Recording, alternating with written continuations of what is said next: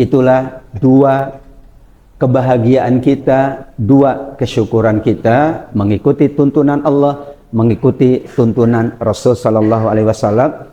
Mudah-mudahan dengan keduanya kita selalu layak mendapatkan kebaikan-kebaikan di dunia, juga kita disiapkan oleh Allah kemuliaan di akhirat dengan syafaatul Quran.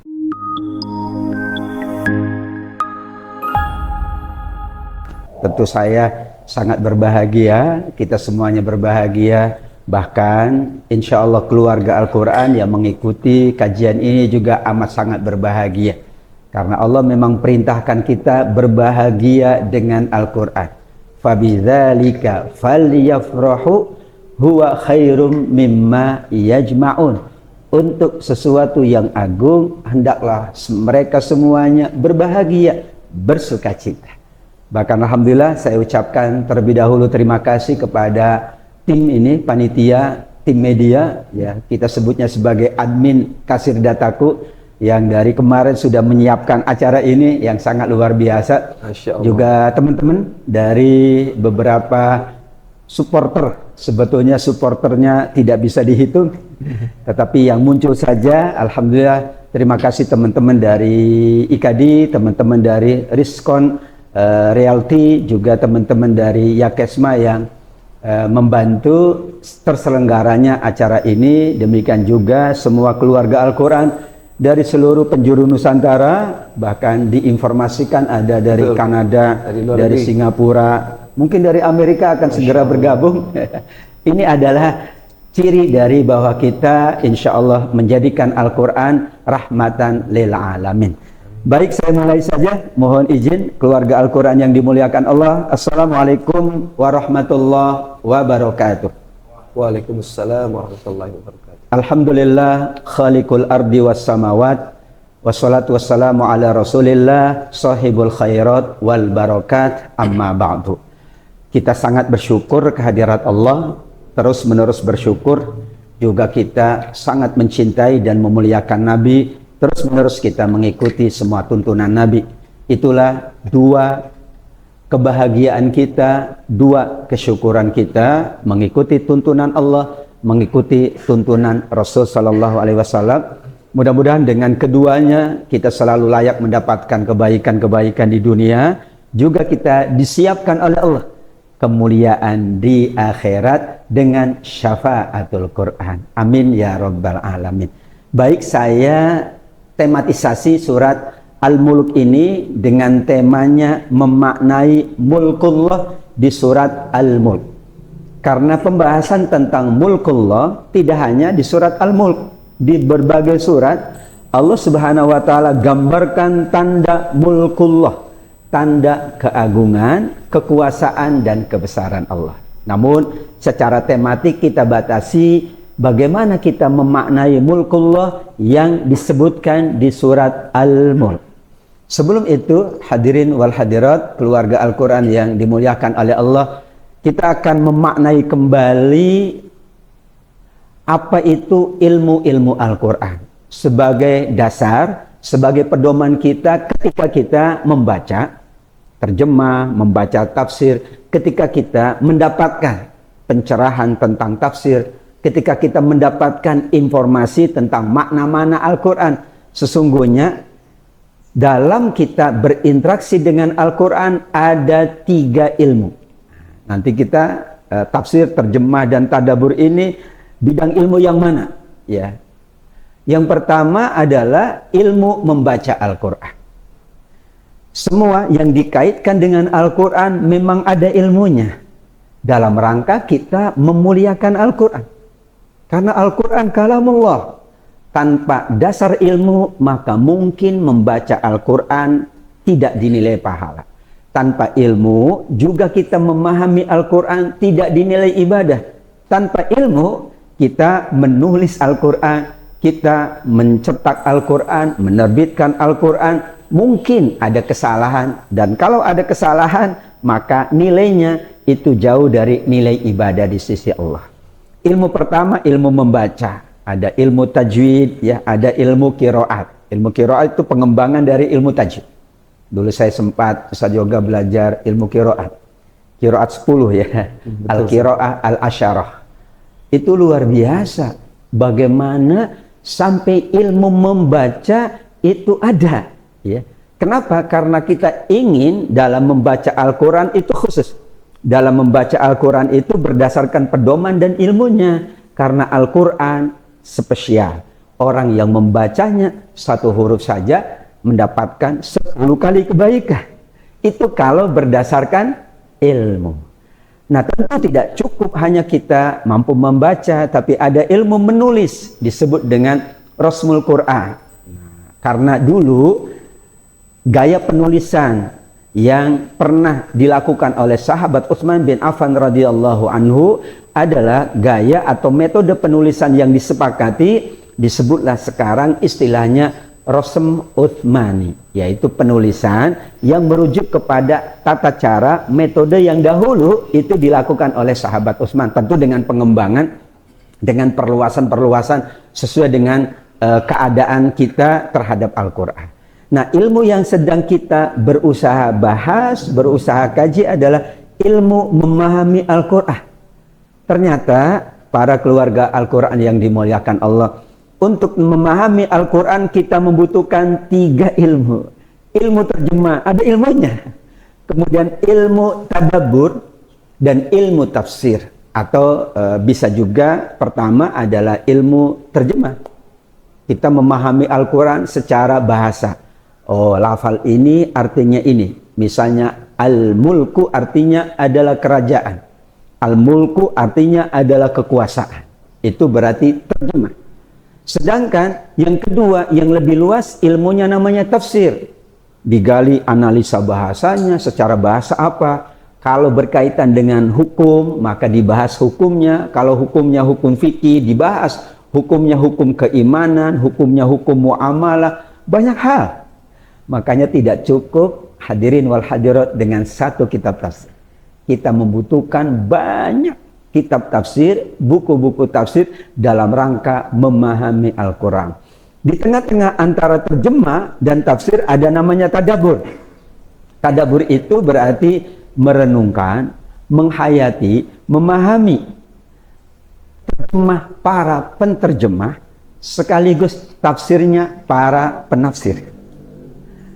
Maka tadabbur inilah yang menjadi esensi dalam interaksi memahami Al-Quran. Karenanya tadabbur semua orang bisa melakukan. Ya, siapapun.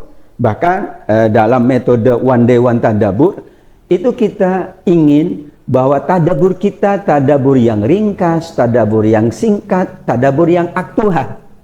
Karena tadabbur berarti kita rujuk terjemah. Saya merujuk ke terjemah Kementerian Agama Republik Indonesia. Kemudian kita renungkan. Kemudian kita rujuk beberapa literatur tafsir, beberapa mufassir. Maka kita mendapatkan pengayaan, perenungan, dan penghayatan. Memang begitu. Itulah esensi dari one day one tadabbur. Saya bukan seorang mufassir. Kita bukan seorang mufassir. Kita juga bukan seorang penerjemah. Karena kita tidak menguasai bahasa Arab dengan baik.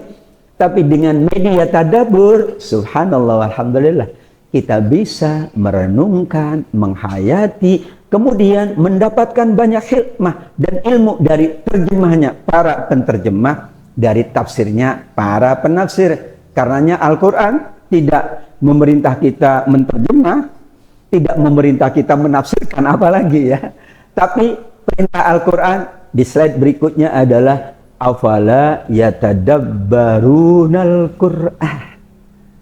Dalam tanda kutip, tidak mungkin Allah perintahkan sesuatu yang tidak dapat dijalankan oleh hamba-hambanya. Misalnya perintah sholat, itu sudah diukur, insya Allah kita mampu. Perintah puasa sudah diukur, karena yang mencipta kita adalah Allah. Allah Maha Tahu. Oh, kalau puasa dari jam sekian sampai jam sekian mampu. Itu sudah diukur. Nah, sekarang Allah perintahkan afala yatadabbarunal Qur'an di 3 ayat. Berarti mampu. Kenapa mampu? Tadabbur itu merenungkan, menghayati, mendalami. Apa yang diperdalam dan direnungkan? Terjemahnya para penterjemah yang memang ahli bahasa. Bahasanya berarti 2. Kalau bahasa Quran, bahasa Arab, dan bahasa terjemahnya. Kalau ke dalam bahasa Indonesia, dia menguasai bahasa Indonesia. Kalau ke dalam bahasa Inggris, dia menguasai bahasa Inggris.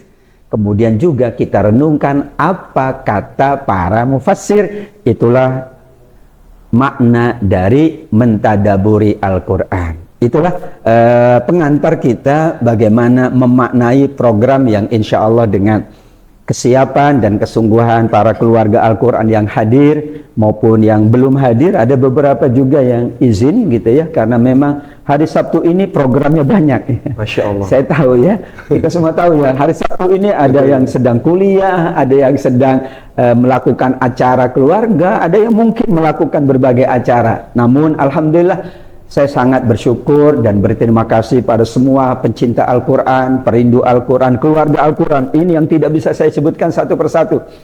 Insya Allah kita jaga kebersamaan kita dengan Al-Quran sampai kita menghadap Allah. Dan nanti kajiannya insya Allah kita akan hadirkan beberapa pakar Quran dengan segmen yang berbeda-beda. Nanti segmennya keluarga, segmennya ekonomi, ya, segmennya sosial, segmennya pendidikan anak. Ya, hari ini ada pakar tafsir Dr. Kiai Haji Saiful Bahri. Beliau dari S1 sampai S3 itu doktornya doktor tafsir. Nanti kita akan mendapatkan ilmu dari beliau. Baik, lanjut saja ini ya, karena waktunya memang terbatas ya. Memang ngaji itu nikmat, ngaji itu indah, ngaji itu mulia. Yang nggak terasa nanti tiba-tiba sudah pukul 11, coba aja ya. Apalagi yang di online ini kan tidak merasa, mungkin sedang dalam perjalanan ya, mungkin sedang beraktivitas yang lain. Nah, inilah kemudahan yang Allah berikan untuk kita semuanya. Baik, keluarga Al-Quran yang dimuliakan Allah, surat Al-Mulk surat ke-67 sesuai susunan mushaf, penting untuk disampaikan karena dalam kitab-kitab tafsir selalu mencantumkan ini. Untuk menunjukkan inna nahnu nazzalna dzikra wa inna lahu lahafizun. Al-Quran Allah jaga, maka susunannya semuanya sama. Al-Mulk berada di urutan ke-67, kategorinya makkiyah, berarti penanaman keimanan. Keimanannya akan mulkullah secara khusus. Namun mulkullah ada di berbagai surat. Karena kita tadaburi surat Al-Mulk, maka mulkullah di surat Al-Mulk. Penamaannya adalah berdasarkan lafal Al-Mulk yang berada di awal surat, Tabarakalladzi biyadihil mulku. Ya, dan itu penamaan surat mayoritas mengatakan adalah wahyu dari Allah. Ya, bahkan ada surat yang tidak disebut lafalnya di surat tersebut. Surat Al-Fatihah tidak ada di Al-Fatihah yang 7 ayat itu kata Al-Fatihah. Ada Al-Ikhlas suratnya, tapi kok nggak ditemukan kata Al-Ikhlas di surat Al-Ikhlas.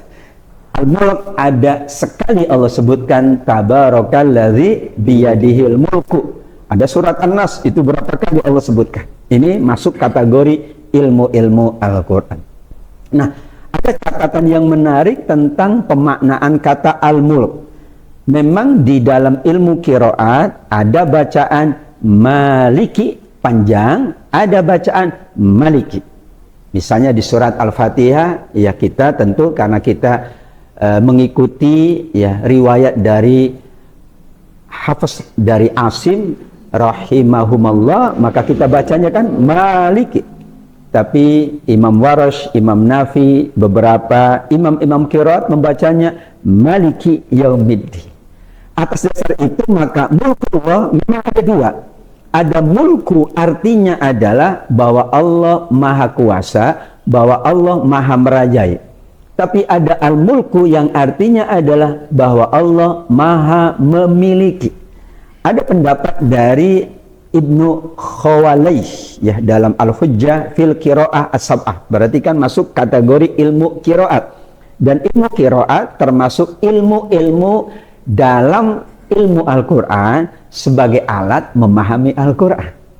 Misalnya di sini beliau katakan kalau kemudian disebut dengan panjang maliki berarti penguasa, yaitu termasuk juga pemilik. Qulillahumma malikal mulki, malikal mulki.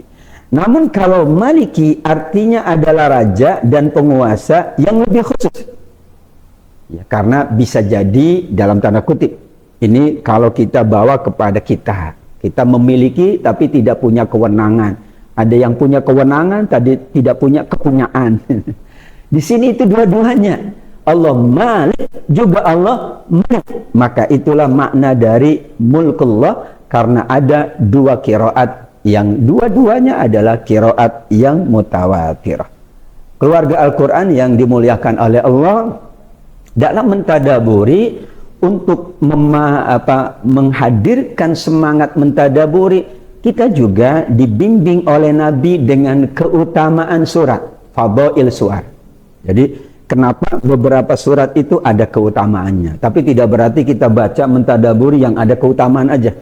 Ini nggak ada keutamaan, Ustaz. Semua Al-Quran utama.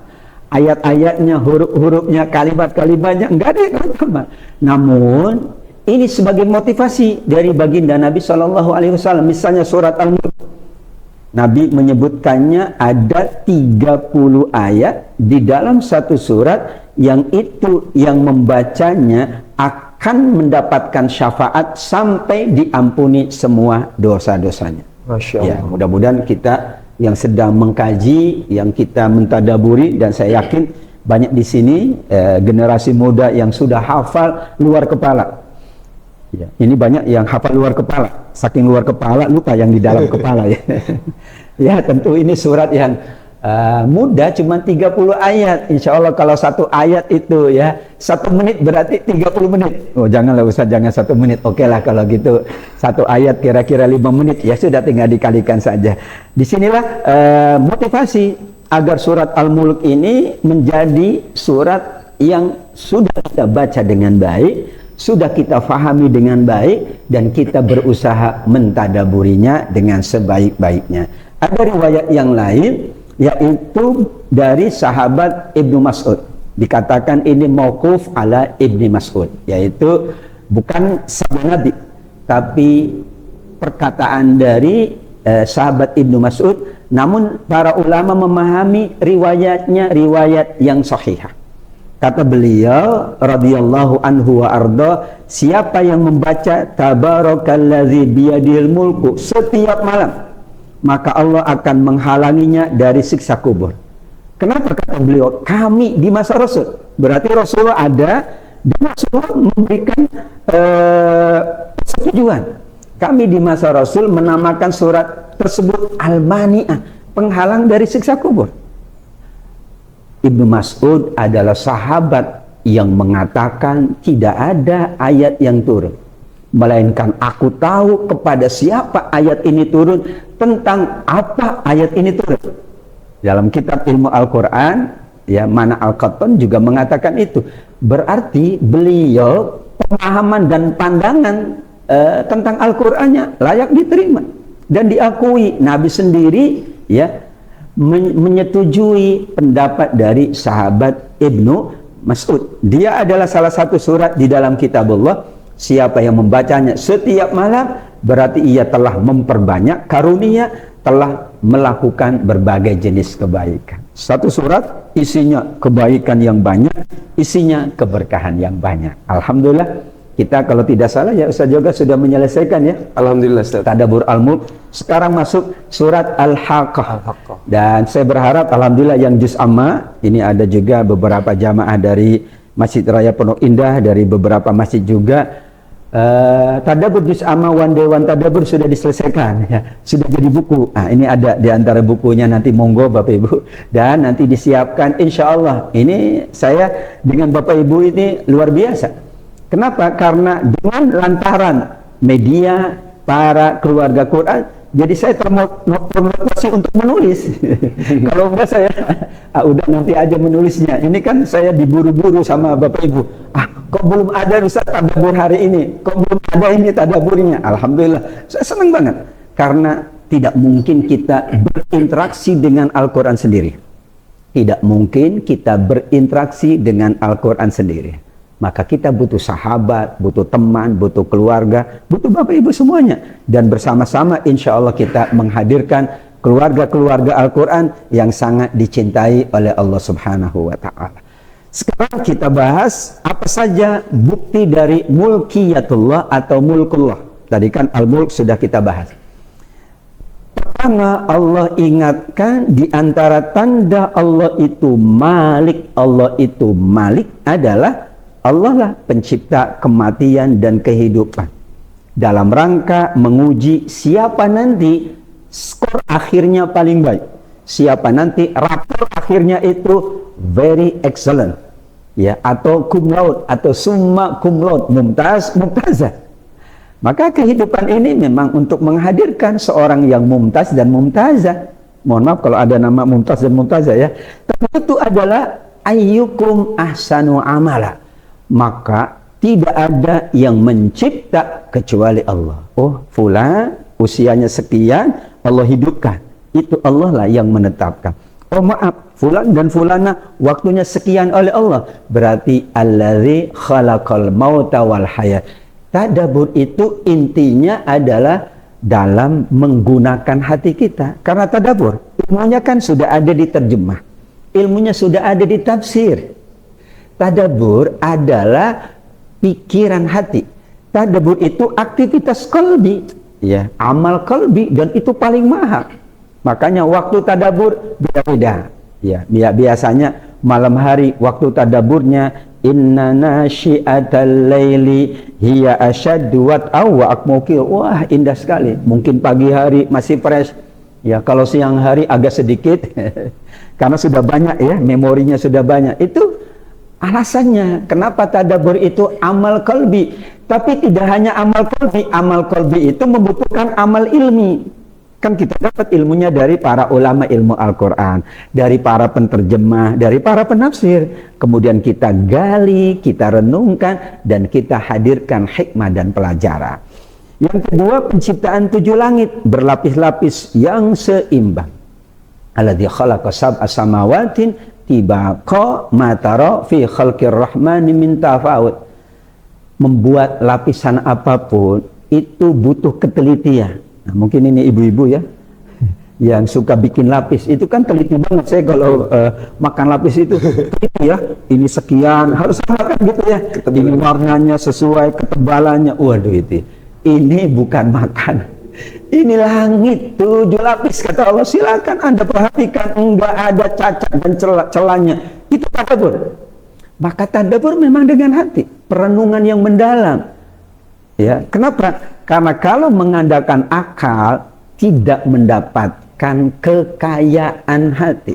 Bukankah Nabi mengatakan kekayaan itu bukan kekayaan materi, tapi kekayaan hati? Kenapa? Karena inti dari kehidupan ada di hati. Seorang alim itu bagus kalau hatinya bagus. Seorang pengusaha kalau hatinya bagus. Seorang ibu rumah tangga kalau hatinya bagus. Seorang pekerja kalau hatinya bagus. Seorang mahasiswa, seorang dosen. Kenapa? Di dalam tubuh kita ada segumpal daging. Kalau baik semuanya. Nah, kita lanjutkan penciptaan bintang-bintang menghias langit dan juga alat merejam setan. Ya, kenapa? Ada 2 makna di sini. Secara ilmu pengetahuan astronomi tentu ada sekian banyak fungsi dari bintang. Tapi menurut surat Al-Mulk, bintang itu penghias langit dan juga alat untuk merejam setan. Yang pertama, penghias langit mungkin bisa kita maknai dengan ilmu ya, dengan perenungan juga bisa. Tapi ini merejam setan kita juga bingung.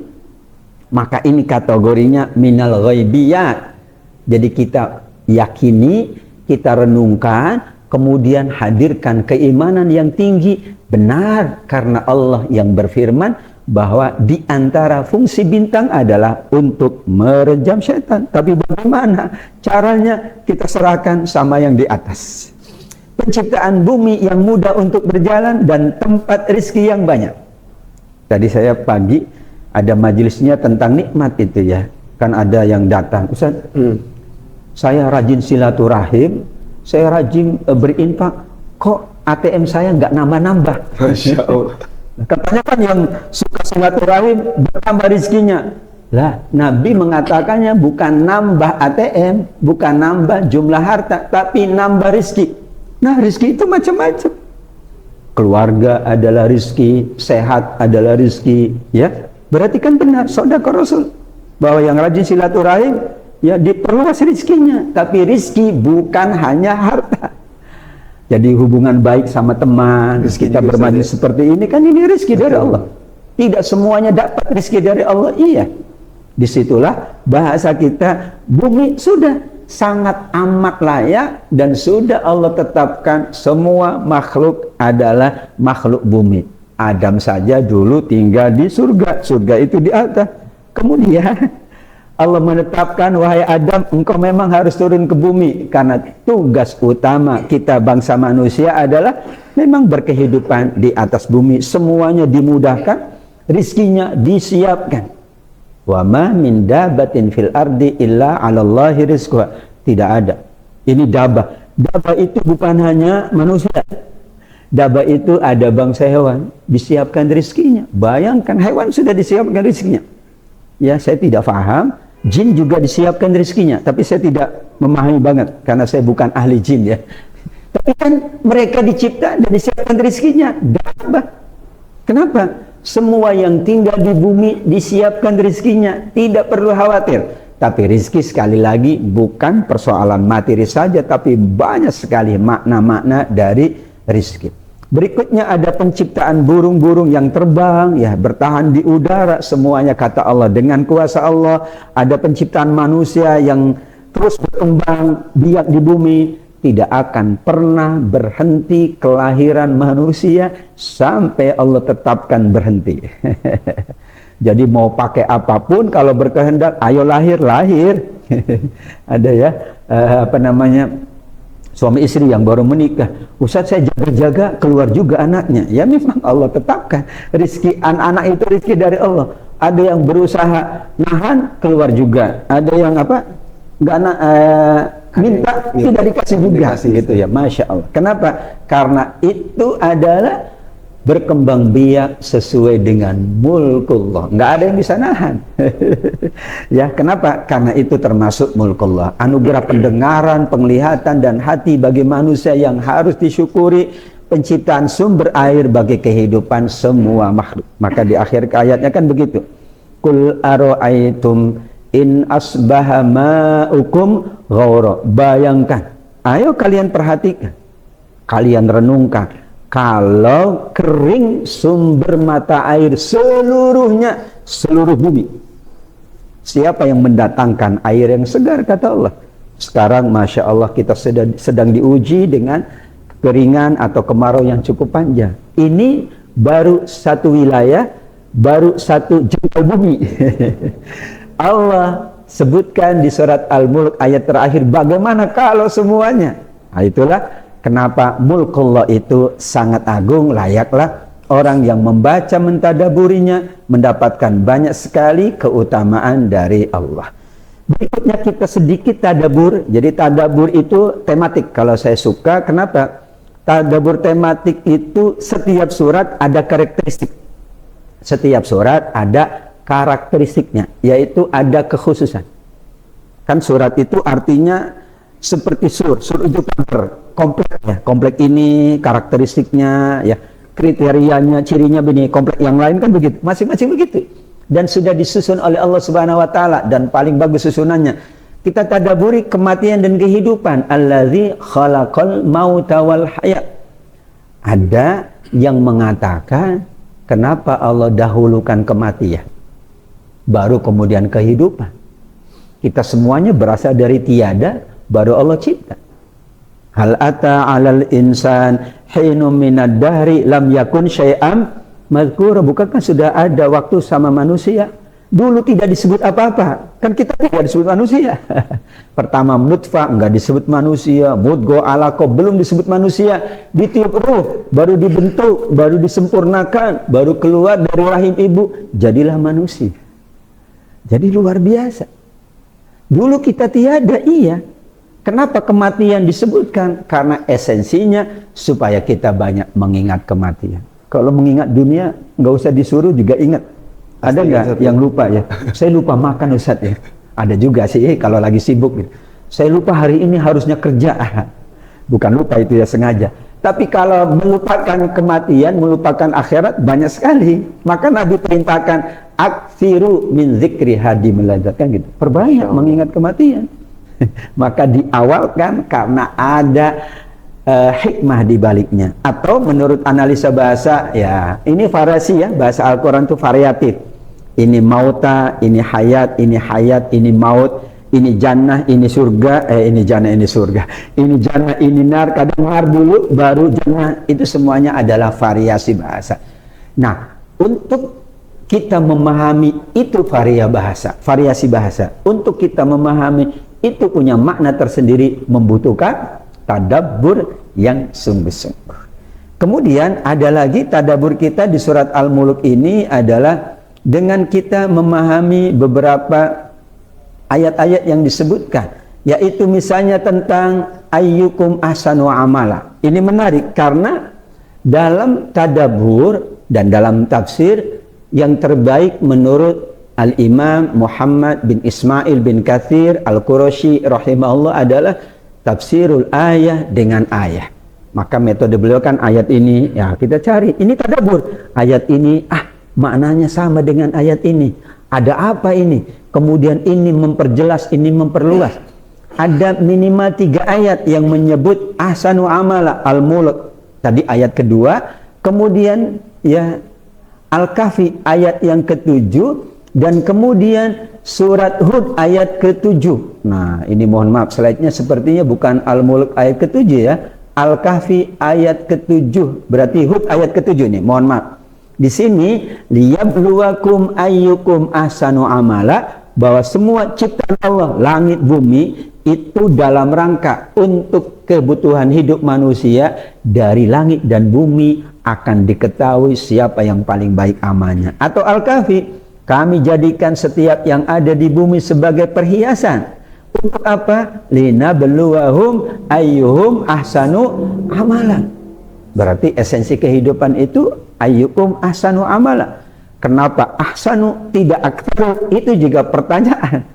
Makanya misalnya Al-Fudhal bin Iyad rahimahullah, seorang tabi'in, mengatakan, iya, kalau aktsaru amala kita sulit mungkin.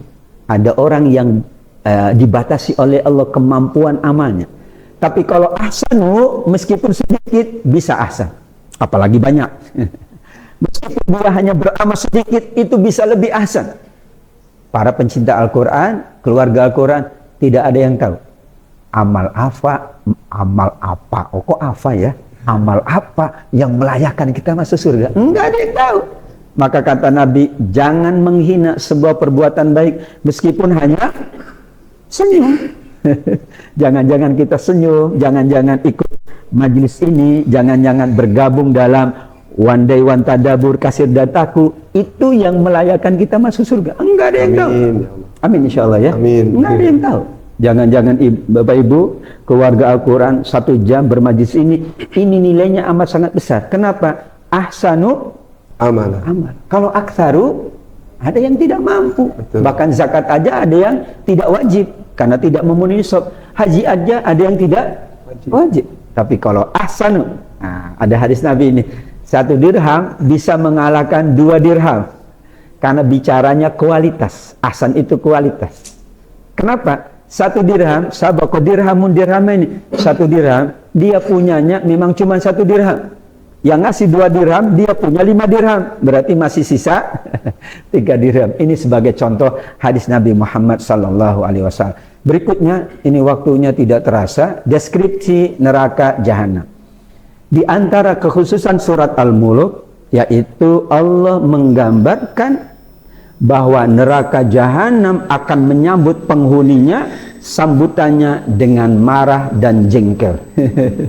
Sami'ulaha syahil qawwahiyatahu, marah dan jengkel.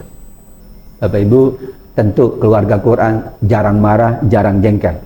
Jarang ya, bukan tidak. Ya, ini gambaran Allah, neraka kok marah gitu ya. Iya, memang itu bahasa Al-Quran.